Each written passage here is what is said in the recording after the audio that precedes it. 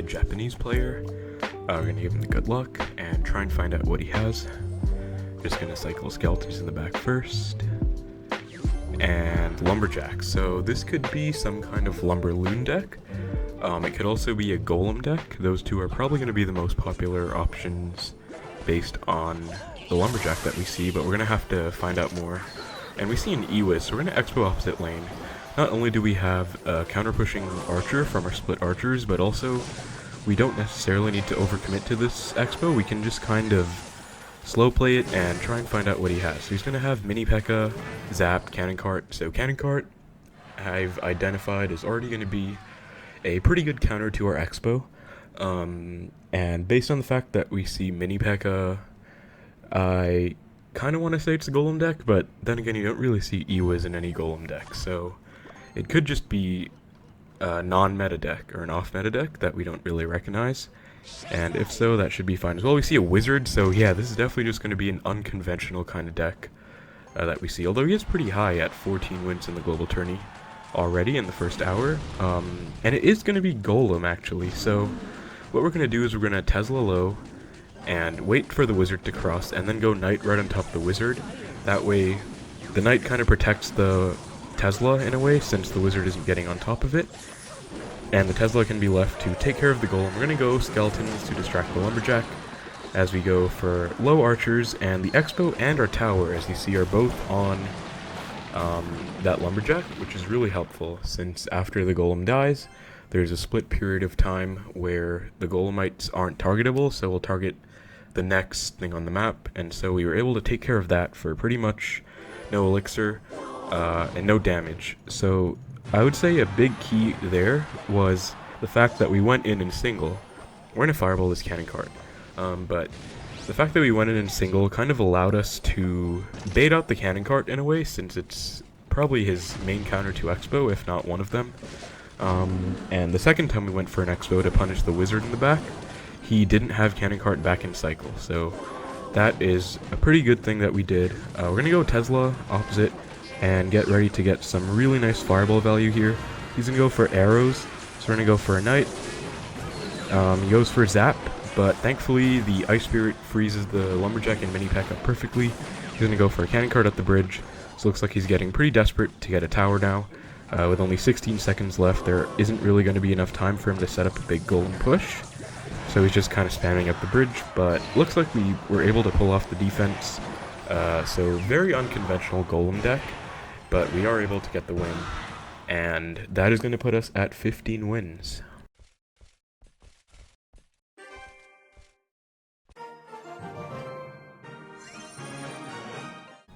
Alright, and we found the next game against Bracket at Bracket from Blessed, so let's try and find out what he has. We have a decent starting hand, should be able to respond to most things. He goes for a Goblin Hut. We're actually going to Expo. This is most likely, if I had to guess, it's going to be some kind of double spawner deck, but it could really be anything. It could maybe be a graveyard deck as well, since I have seen quite a few Goblin Hut graveyard freeze decks in particular, and the fact that we see a Mega Minion does kind of indicate to us that it might be something not spawners, since spawners usually doesn't run Mega Minion. We're just going to leak here. If it is going to be graveyard, we don't really want to cycle our archers. We might take one Mega... He's going to graveyard, actually, so we took one Mega Minion hit. And he's going to go for a poison as well.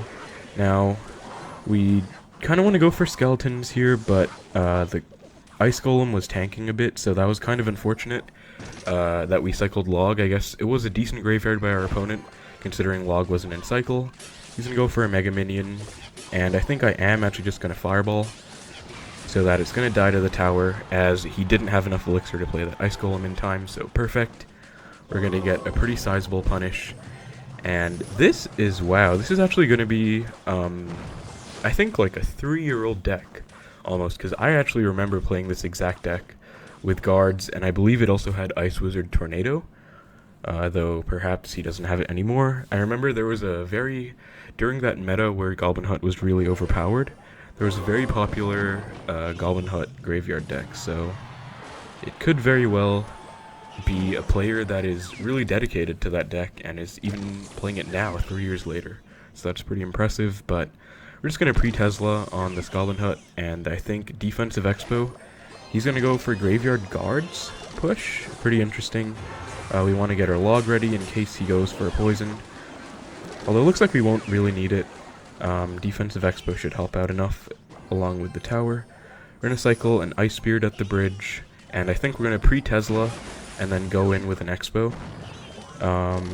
Over here, I guess. It kind of sucks that we're going same lane as our opponent, since we're kind of giving him poison value if he chooses to on our Xbow.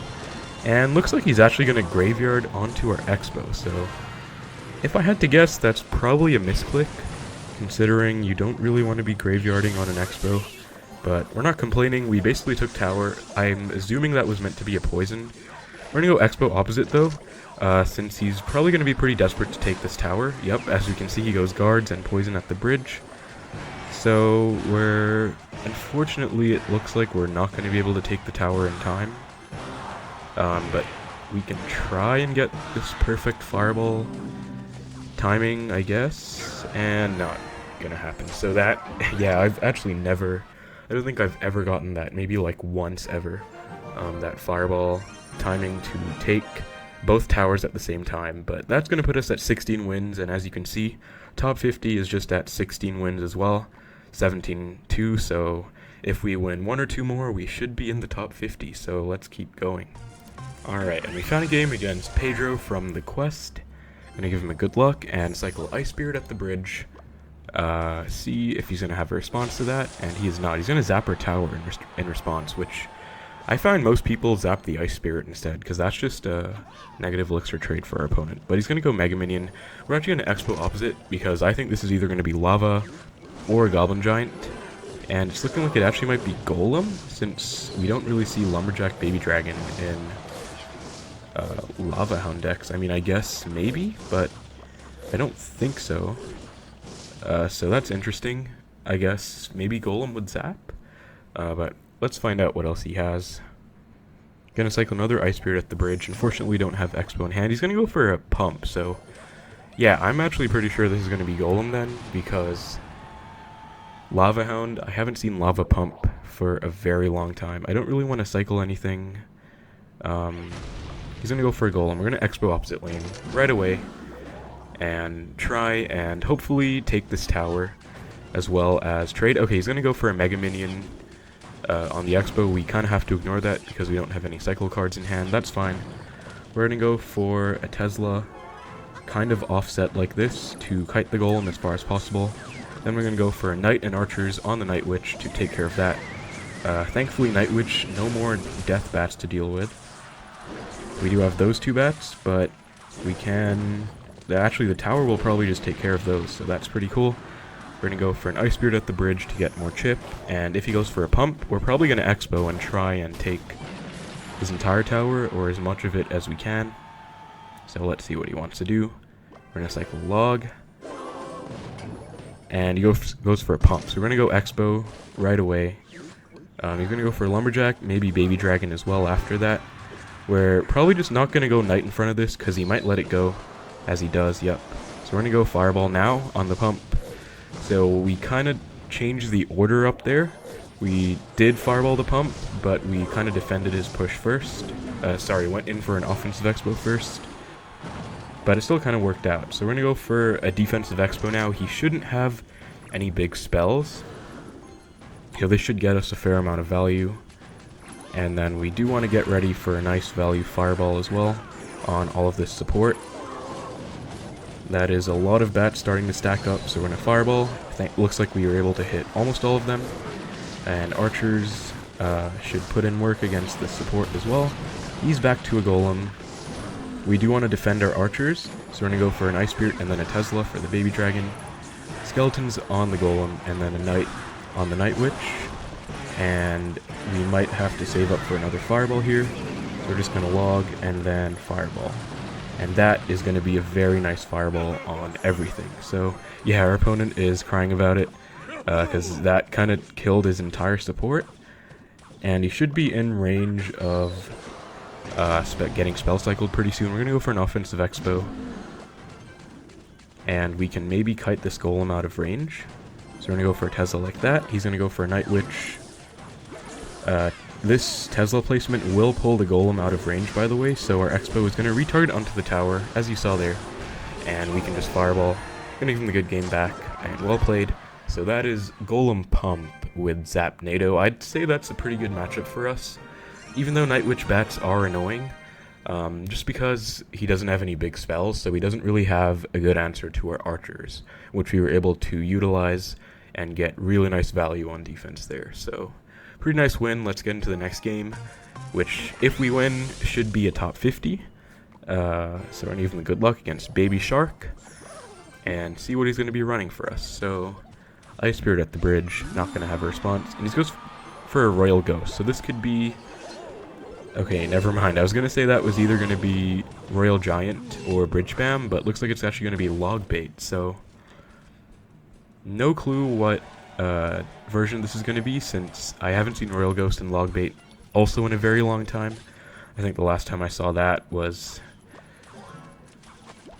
like 3 years ago as well, like the Graveyard deck. We're going to go for an Xbow now, and he's going to go for a Mega Knight. So we're going to go for Ice Spirit. Okay, looks like we missed the Ice Spirit timing. That's fine. We're just going to have to let this Xbow die in that case.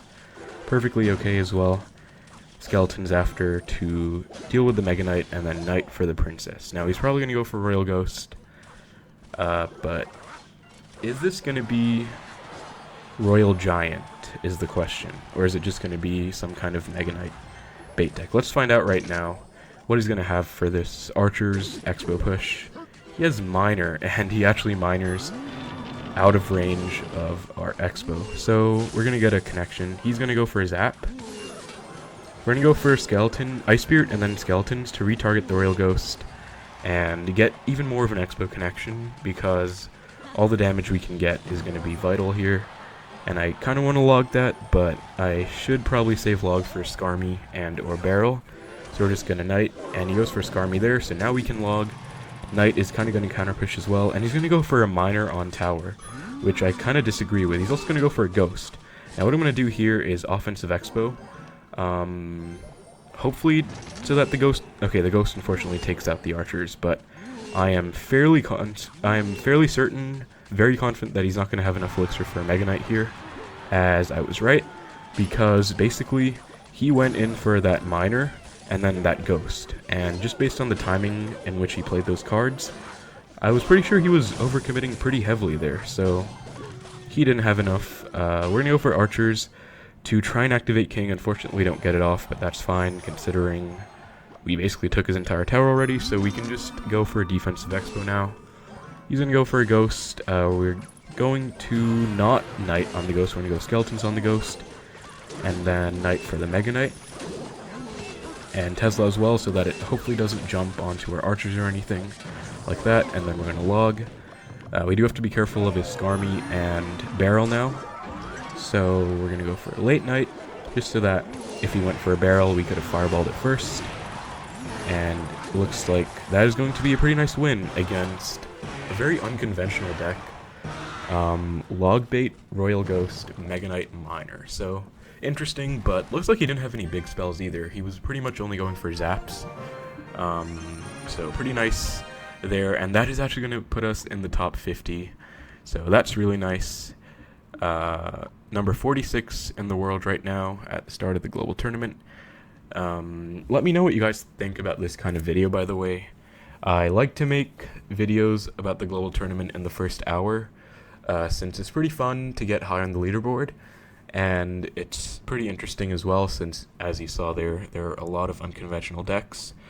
We did unfortunately lose to Golem, and I would have included it in the video even though I lost, just because I don't need to necessarily disclude it just because I lost, but my PC actually crashed, and how I do these commentary videos is that I record on my phone and record audio on my computer at the same time, but my computer's been having a bit of a crashing issue pretty much for the last few months, so that was kind of unfortunate timing, but we did lose to Classic Golem, but thankfully we did beat this Golem version, and we had some other pretty nice wins.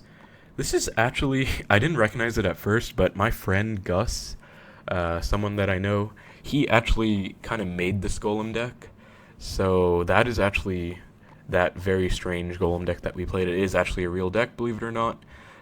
There was one more replay here against Royal Recruits that I kind of wanted to show, because Royal Recruits are a big problem for Xbow, I would say, not only because of the Tesla nerf, also because of the Royal Hogs buff, and also because of the fact that they started running arrows in the deck, which is like, we have archers to kind of DPS down stuff as much as we can, and then they just run arrows in the deck, so they can go fireball arrows on Tesla plus archers. Sometimes they can just go arrows and get a lot of value against their deck, which kind of sucks. So I just wanted to show you guys this replay as well.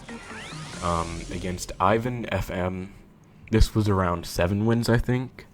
But yeah, I just wanted to explain how I beat this Recruits deck, because it is very problematic. So he goes Recruits first play, Pigs first play, and as you can see, I didn't have Tesla in hand, which kind of sucks. We did end up taking about 400 damage in the left and 200 in the right, so that's very unfortunate. But we do go with an Xbow and counter push, and we are going to try and protect this Xbow as much as possible. He's going to go for Zappies, so we're going to Fireball. And we do hit the one Recruit as well. Unfortunately, it was shielded, but still. And for some reason, he goes pretty late with that Barb Barrel. We catch it just in case, but our Xbow is basically dead. But as you can see, we get a pretty decent lock, just because of the fact that we didn't really go Archers plus Tesla on those Royal Hogs. We kind of let the 2 pigs on each tower damage them down a bit, just because there wouldn't have been a point. It was too late. Tesla wasn't in my hand, so didn't really see the point. And here, we're going to go Archers in the back, and he goes for pigs again. Surprised he doesn't go arrows on the Archers, since that actually probably would have gotten him quite a bit of damage. But as you can see, the Royal Hogs are so strong. Even though we had Archers plus Tesla in that defense, they still got damage on both towers. So newly buffed Royal Hogs, very menacing, very scary. Especially sucks for us Xbow players, since they're just very problematic. I would say this is a really bad matchup for a deck now. Probably like 70-30 in their favor with the arrows version, but we did get a connection there because our opponent played kind of weird. He went with that Goblin Cage in that weird placement, and then I believe he went Zappies again. So we just fireballed everything and got a connection. And then he fireballed our Xbow, but it was still pretty healthy. And now he goes Recruits in the back, so we're going to go Xbow to force him to go in front of the Recruits, because if he doesn't, if you guys react fast enough to Recruits played in the back, you can actually get the Xbow to lock on the tower.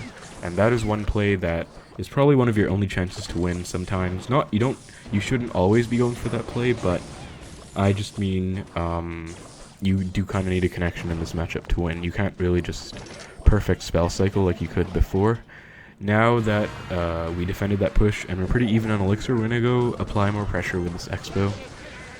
Protect the Barb Barrel. He goes Barb Barrel and Fireball. And what you see here is I go for a surprise log.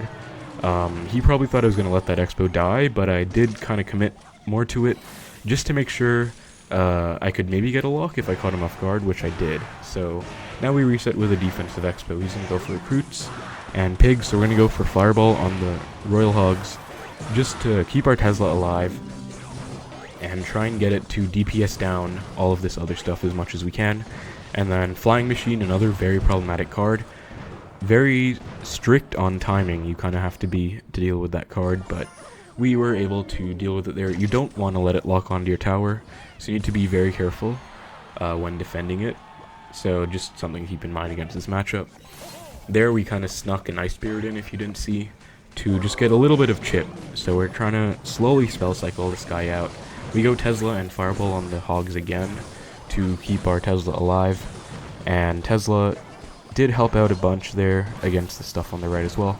Now we're going to go for a low Knight and then Archers high. As you saw, he Fireballed the Knight. So the reason I didn't go Archers right with the Knight was just in case he went for a spell. You always want to be separating your troops and preventing the opponent from getting spell value. As I'm sure you guys know, one of the very big fundamentals of Xbow decks. And here I believe that is 2 Fireballs and 1 log range, but I wasn't sure, so I wanted to be kind of safe and defensive Xbow just in case, but then I realized, yup, that is actually going to be 2 Fireballs and 1 log, because 1 Fireball does 172 I think. So 2 does about 340, and a log I know does more than 40, so that's kind of how I realized. But that is how we beat Royal Recruits, this very annoying version that has arrows now. So hopefully that matchup helped you guys a bit. I do have to say that our opponent wasn't the best player there, so it's not necessarily the best blueprint to deal with any kind of Royal Recruits player, but that just goes to show that even though the matchup is, I would say, significantly worse, if the opponent doesn't play perfectly, and you do, or you play very well, you still have the opportunity to win, which is kind of one of the best things about Xbow, in my opinion, just the fact that you can outplay almost any matchup, depending on mistakes of your opponent and proficiency of yourself. But that is going to be the video, guys. Again, let me know what you thought about this kind of early global tournament pushing. Unfortunately, I did lose to that Golem Lightning deck, and I had a few losses earlier as well, so not the best run, but we were still able to get top 50 in the end, so that's kind of all that I really care about, since if I'm taking these global tournaments seriously. Also, a word of advice for you guys: if you really want to get a badge in these global tourneys, I would say wait till the last 2 days or so to start playing, because a lot of good players, and just a lot of players in general, will already have started earlier on, so opponents should be slightly easier in the last few days, especially last day, but last day kind of depends on your time zone as well, because you don't want to cut it too close either. You don't want to start with like 4 hours to the deadline, and then say you're at 20 wins or 25 wins and you match 100-0 hard counter. You probably want to wait before queuing again, because you don't want to queue into the same opponent again.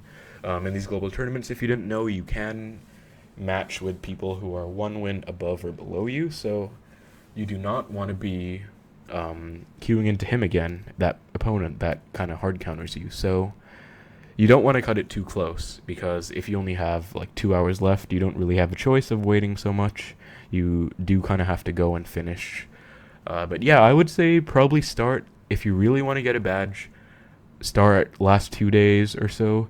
For me, I play on a bunch of accounts in these global tournaments. I have like 6 or 7 accounts that I usually play on, so I'll start them at varying times, but that's just kind of what I've noticed.